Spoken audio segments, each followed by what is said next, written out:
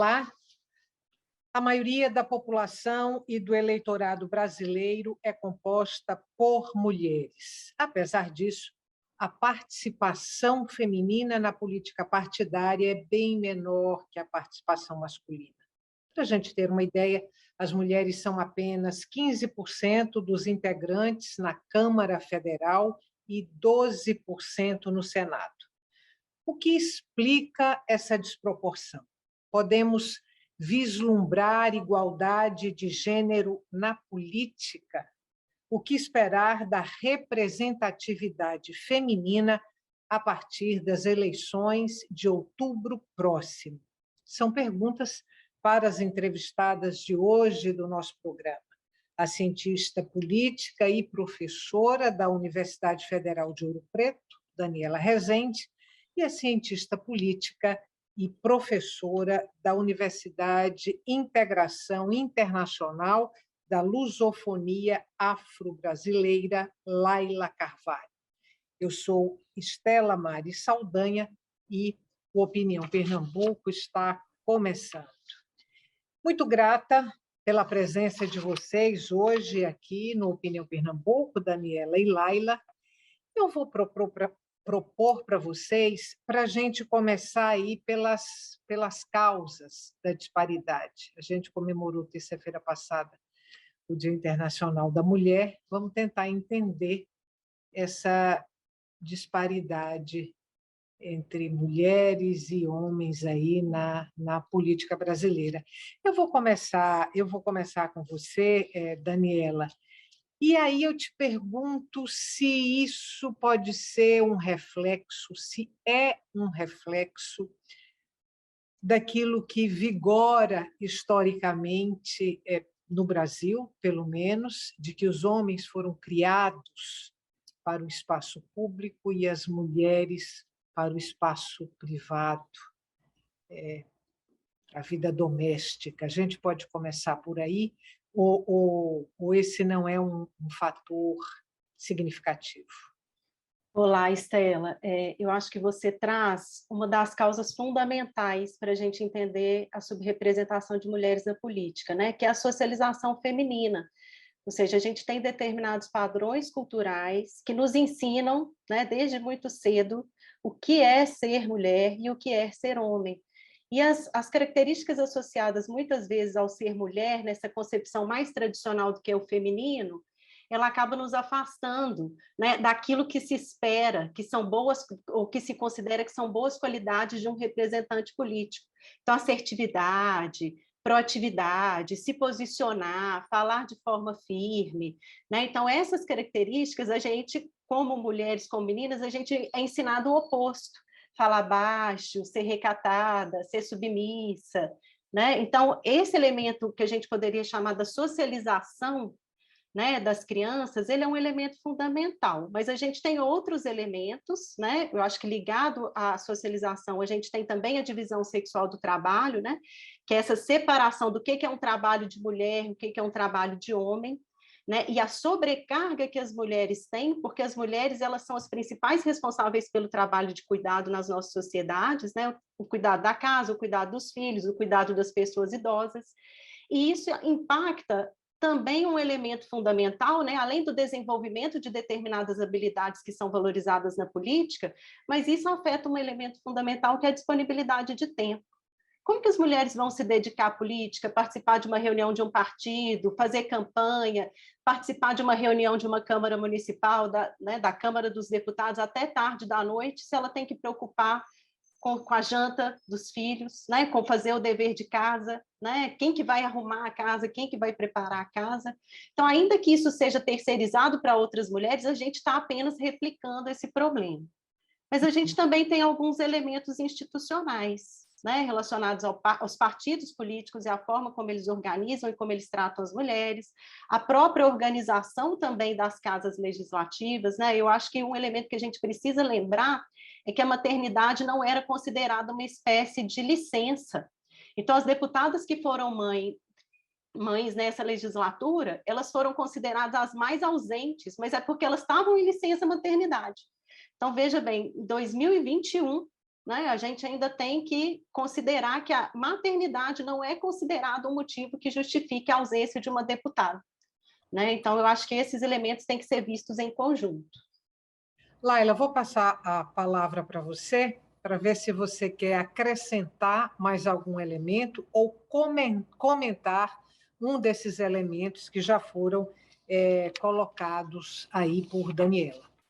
Tá certo. Obrigada, Estela. Obrigada, Daniela. Acho que a Daniela traz elementos muito importantes e acho que é importante também a gente pensar que para as mulheres de diferentes posições nas hierarquias sociais, essa possibilidade de participação da política, ela ainda tem outros fatores que se juntam, né? Esses problemas de você conseguir acessar, de você conseguir ter tempo para participar da política, se organizar politicamente, que são mulheres racializadas, né? Que estão, então, mulheres negras, mulheres das periferias no Brasil, que tem ainda uma sobreposição de dificuldades e desigualdades para conseguir romper e também conseguir participar da política, serem ouvidas, né? Existe um debate sobre as mulheres negras que se colocam essas mulheres como mulheres que trazem problemas, que trazem disrupções, né? Então, a atuação política dessas mulheres e a percepção de como é que elas atuam também está muito vinculada com essa entendimento institucional, partidário, da viabilidade das campanhas, da capacidade de elegibilidade dessas mulheres nos espaços de representação política. Então, para além desses processos de socialização, como bem pontuou a Daniela, e essas questões institucionais que estão vinculadas a um distanciamento das mulheres do espaço político, existem marcadores outros que sobrepõem a marginalização das mulheres negras, indígenas, mulheres trans na política, que isso interessa também como é que a gente está trazendo essa capacidade de uma pluralidade de interpretações do fazer político também nos nossos espaços institucionais de representação. Então, era isso. A gente está aqui falando da participação das mulheres na política institucional, mas houve tempo em que as mulheres não podiam nem votar, né? Isso vai mudar ali, salvo engano, em 1932. E aí eu pergunto para você, vou perguntar para você, Daniela, se o marco divisório assim da participação efetiva da mulher na política, se quando ela começa a se colocar como sujeito nesse território da política, se esse marco pode ser considerado o voto, a mulher eleitora, para que daí venha a mulher com participação efetiva na política institucional, na política partidária. Olha, Estela, eu acho que o voto feminino ele tem que ser considerado um marco, né? Ele foi fruto de intensas mobilizações, mas a gente tem que contextualizar um pouco, né? Antes do estabelecimento do voto feminino, a gente já tinha mulheres eleitas, porque as mulheres eram proibidas de se votar, mas não de se eleger. Então, Alzira Soriano, né, que se elegeu para o município do Rio Grande do Norte, é um grande nome nesse sentido.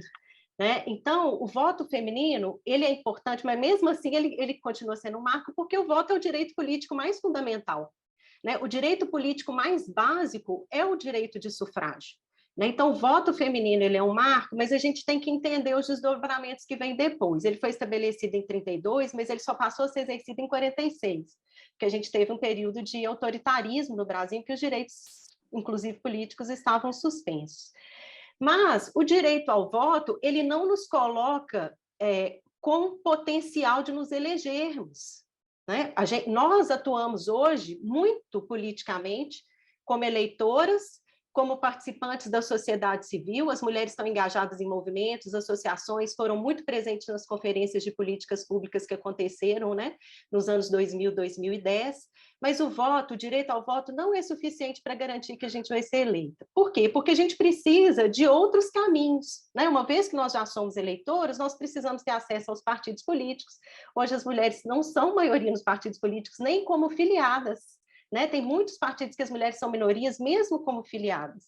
Né? Nós precisamos de recursos para nos eleger. Recurso, tempo é um recurso, mas recurso financeiro, campanha eleitoral, é uma campanha cara. E na literatura da ciência política, há uma relação entre financiamento de campanha, o volume de recursos que você consegue, e as chances de se eleger. Então, quanto mais recursos, maiores as chances de se eleger. E as mulheres, elas têm acesso a menos recursos. E aí, se a gente pensa, né, as mulheres negras, lembrando desse tema que a Laila trouxe, fica ainda mais difícil. Então, apesar de ser um marco importante, o voto feminino não é suficiente. Nós precisamos ser tratadas não apenas como eleitoras, mas nós temos todo o potencial para atuarmos como representantes eleitas também. Laila, eu vou trazer uma pergunta para você, mas a gente só tem aí 3 minutos para fechar esse bloco. Se você achar que não dá para responder a pergunta em 3 minutos, eu chamo um intervalo e você responde na sequência. A pergunta é a seguinte: apesar dessa disparidade de representatividade numérica, né, entre mulheres e homens na política brasileira, as mulheres foram representadas no mais alto cargo da política no país, que é o cargo de presidente da República. As mulheres chegaram lá com Dilma Rousseff. A pergunta que eu faço para você é se, nesse caldeirão de coisas que resultaram na destituição de Dilma do poder, aquela confusão ali com aquele impeachment, com o golpe que tirou Dilma Rousseff da presidência da República, se nesse caldeirão de razões, de artimanhas e interesses políticos, a gente pode considerar fatores também como preconceito, por exemplo, como recalques, se elementos mais subjetivos podem ser colocados para serem analisados nesse movimento todo que terminou tirando Dilma Rousseff do poder. Eu nem vou deixar você começar a responder, porque a produção já está aqui me avisando que falta só 1 minuto. Eu chamo o intervalo e você responde no próximo bloco, tá bom? Tá certo. Uhum. Nosso intervalo é curtinho, você que está em casa, não saia daí. O tema de hoje do Opinião Pernambuco, a participação das mulheres na política brasileira. Até já.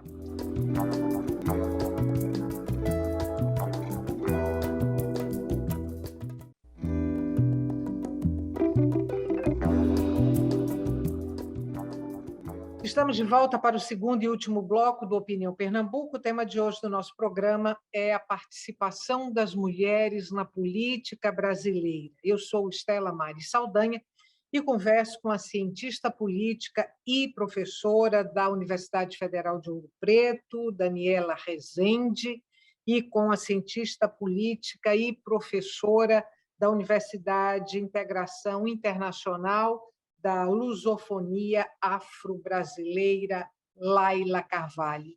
Laila, deixei no bloco anterior a pergunta para você, que era sobre a destituição de Dilma Rousseff da presidência da República, te perguntando se fatores mais subjetivos, como preconceitos, por exemplo, em relação à participação da mulher na política, e recalques relacionados a esse tipo de coisa, podem ter interferido também no caldeirão de motivos que tiraram Dilma Rousseff, a primeira presidenta da República do Brasil, do poder.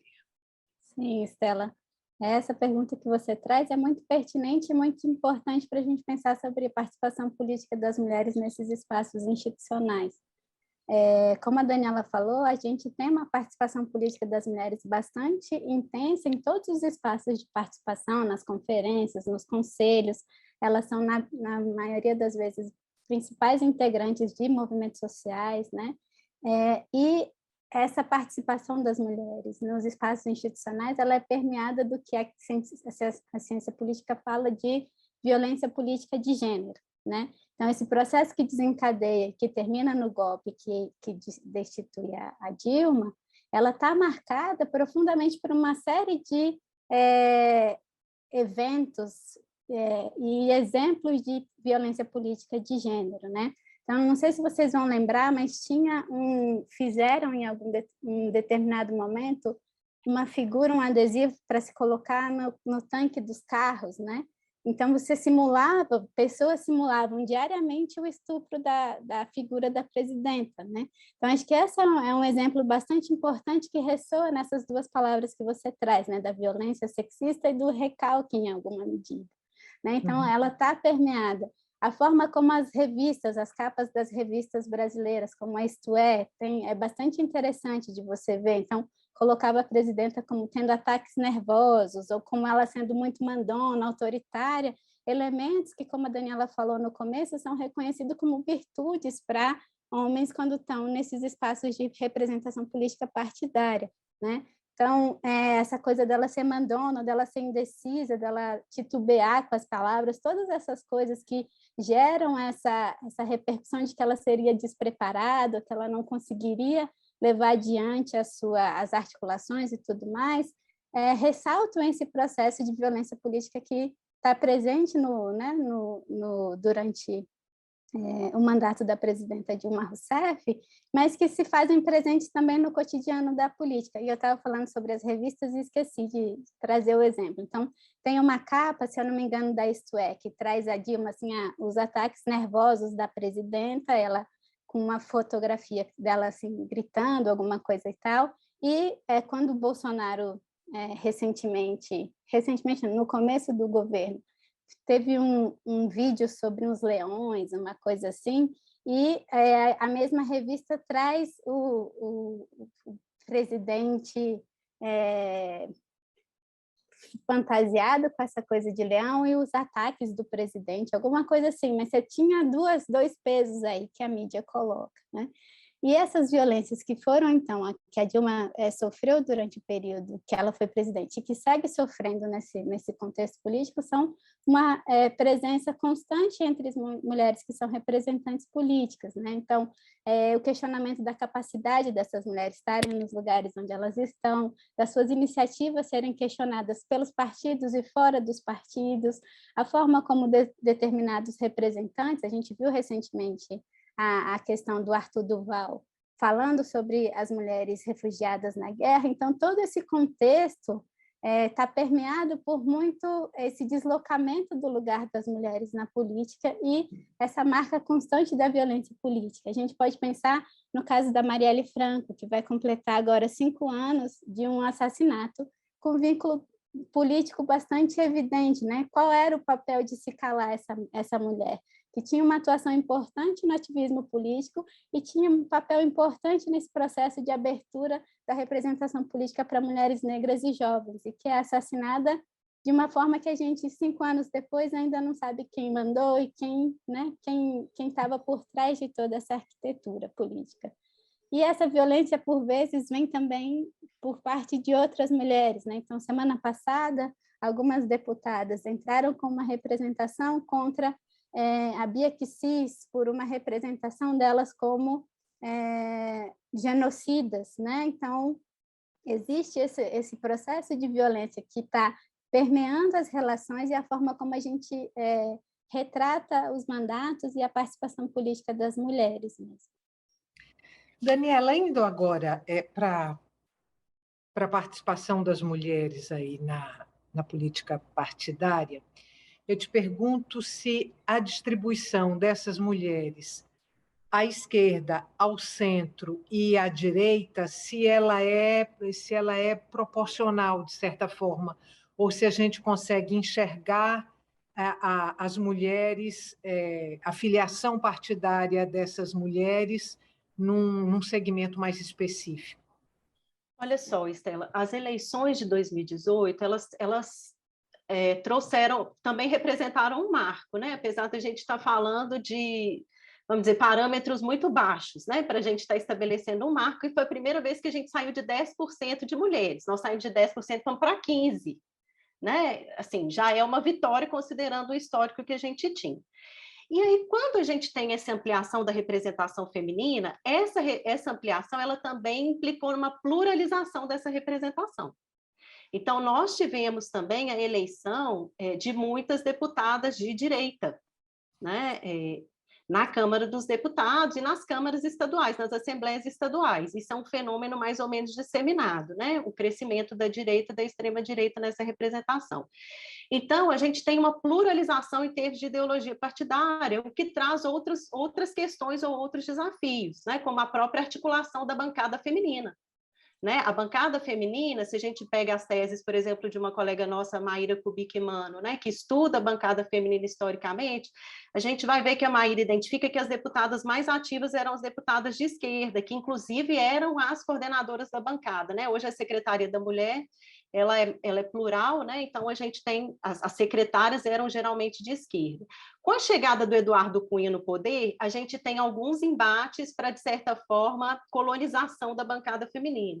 Então, Eduardo Cunha defende que deve ter proporcionalidade também partidária, que é um critério de distribuição de recursos da Câmara dos Deputados na bancada feminina. Isso em 2015. Depois, em 2018, a gente tem essa pluralização. Então, hoje, a gente tem evidências da dificuldade da formação de consensos, inclusive em torno de pautas que eram muito consensuais, como o enfrentamento da violência, como a participação política de mulheres. Hoje, a gente tem um projeto de lei para a extinção das cotas eleitorais de gênero, proposto por uma deputada, que é a deputada Renata Abreu, presidente do Podemos. Né? Então, eu acho que esse tema que você traz é fundamental, né? Que quando a gente está falando de mais mulheres na política, a gente tem que pensar também o que essas mulheres defendem, quais que são as pautas que são defendidas, porque eu acho que é importante a gente ter mais mulheres na política, assim como homens aliados que possam avançar pautas que garantam os nossos direitos. Né? Para ameaçar os nossos direitos, a gente já vem tendo isso, né? Historicamente, né, desde que temos aí a República Brasileira. Então, é necessário que a gente pense também, além da dimensão de gênero, a Laila já traz outras dimensões da sexualidade, né, da identidade de gênero, da dimensão racial, a gente também tem que olhar para essa dimensão ideológica para entender quais que são essas possibilidades e os desafios que estão colocados hoje na política institucional. Eu queria conversar com vocês sobre um fato que me chamou muita atenção, mas acho que eu só vou deixar o registro e vou pular, porque o tempo está avançando, que é o fato dos deputados bolsonaristas Daniel Silveira e Rodrigo Amorim, aqueles que quebraram a placa de Marielle Franco, logo depois do assassinato, deles terem reeditado essa foto, dessa vez no gabinete de um dos deputados. Eles tiraram uma foto de novo com um pedaço da placa que o deputado Rodrigo Amorim tem emoldurado no gabinete dele. E a reedição dessa foto é de uma violência tão grande que eu queria repercutir isso com vocês. Eu tenho 4 minutos. Eu vou pedir para uma de vocês duas falar rapidamente sobre isso, para sobrar tempo para a gente trazer uma última questão, eu fazer uma última pergunta. Quem quer falar sobre a reedição dessa foto? Não, eu acho que, desculpa, mas eu acho que a reedição da foto, ela reforça o que a Laila já apontou, né? Assim, essas são sinalizações de que o lugar das mulheres não é na política. Uma vereadora que foi assassinada com uma votação extremamente extraordinária, né? Quinta mais votada do município do Rio de Janeiro, um dos maiores do Brasil. A quebrar a placa e exibir já foi absurdo, né? Agora, emoldurar isso como se fosse um prêmio, eu acho que é isso. Será que o prêmio, então, desse deputado é as mulheres não estarem na política, é ter uma vereadora assassinada? Eu acho que a gente precisa pensar os efeitos desse tipo de símbolo, né? Que é gravíssimo, é violento. Laila, 2 minutos para a gente terminar o programa. Você trouxe aí a questão das mulheres negras na política. A gente tem as mulheres indígenas, a gente tem as mulheres quilombolas, a gente tem as mulheres trans, a gente tem travestis, todo mundo tentando avançar, não é, nesse universo predominantemente masculino. Eu tenho a impressão que as mulheres negras, numericamente, negras ou pretas, aí como preferirem, numericamente, têm mais representatividade, não tem? E aí queria também que você citasse para a gente algumas mulheres que têm vida partidária, vida parlamentar, negras, que você elencasse para a gente essas mulheres que são, de alguma forma, referência na política brasileira. Stella, quando você fala representatividade, o que você está pensando? Só para eu entender melhor. Não, representatividade numérica.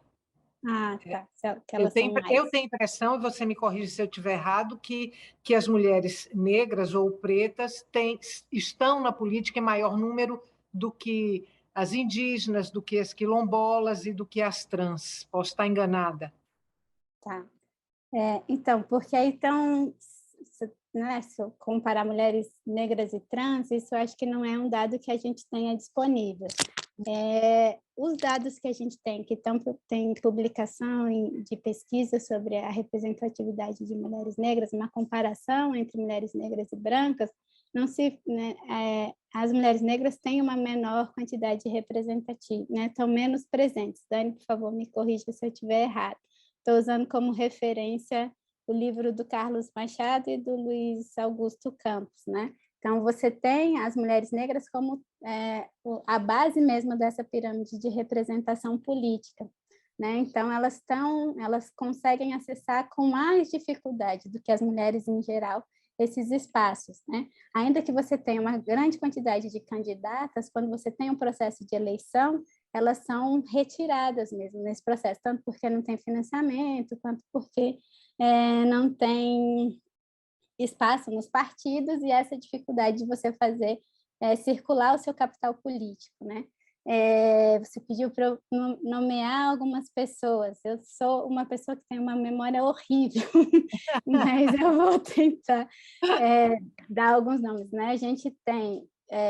eu acompanho bastante a atuação da Thalíria Peroni, também a Beni Brioli, a Érica Malunguinho, que estão em diferentes espaços da política, né? Em Salvador, a gente tem uma mandata coletiva, que é a Juntas, se eu não estou enganada. Ai, gente. Eu queria só lembrar da Benedita da Silva. Sim, claro, é claro. Primeira senadora negra do Brasil, né? E primeira vereadora do Rio de Janeiro. Bom, deputada constituinte. Deputada constituinte. Tem um papel a gente vai ter que terminar, e aí vai ter que terminar com Benedita da Silva, porque o nosso tempo acabou. A gente não falou da política de cotas, mas vocês voltam uma outra vez para a gente trazer esse assunto. E muito obrigada mais uma vez pela participação hoje no nosso programa. Bem-vindas ao Opinião Pernambuco. Obrigada. A gente que agradece, eu agradeço, acho que é um tema super pertinente, a oportunidade de a gente falar sobre isso no ano eleitoral, né? Mais importante ainda discutir. Obrigada. Muito obrigada também. Faço minhas as palavras da Dani.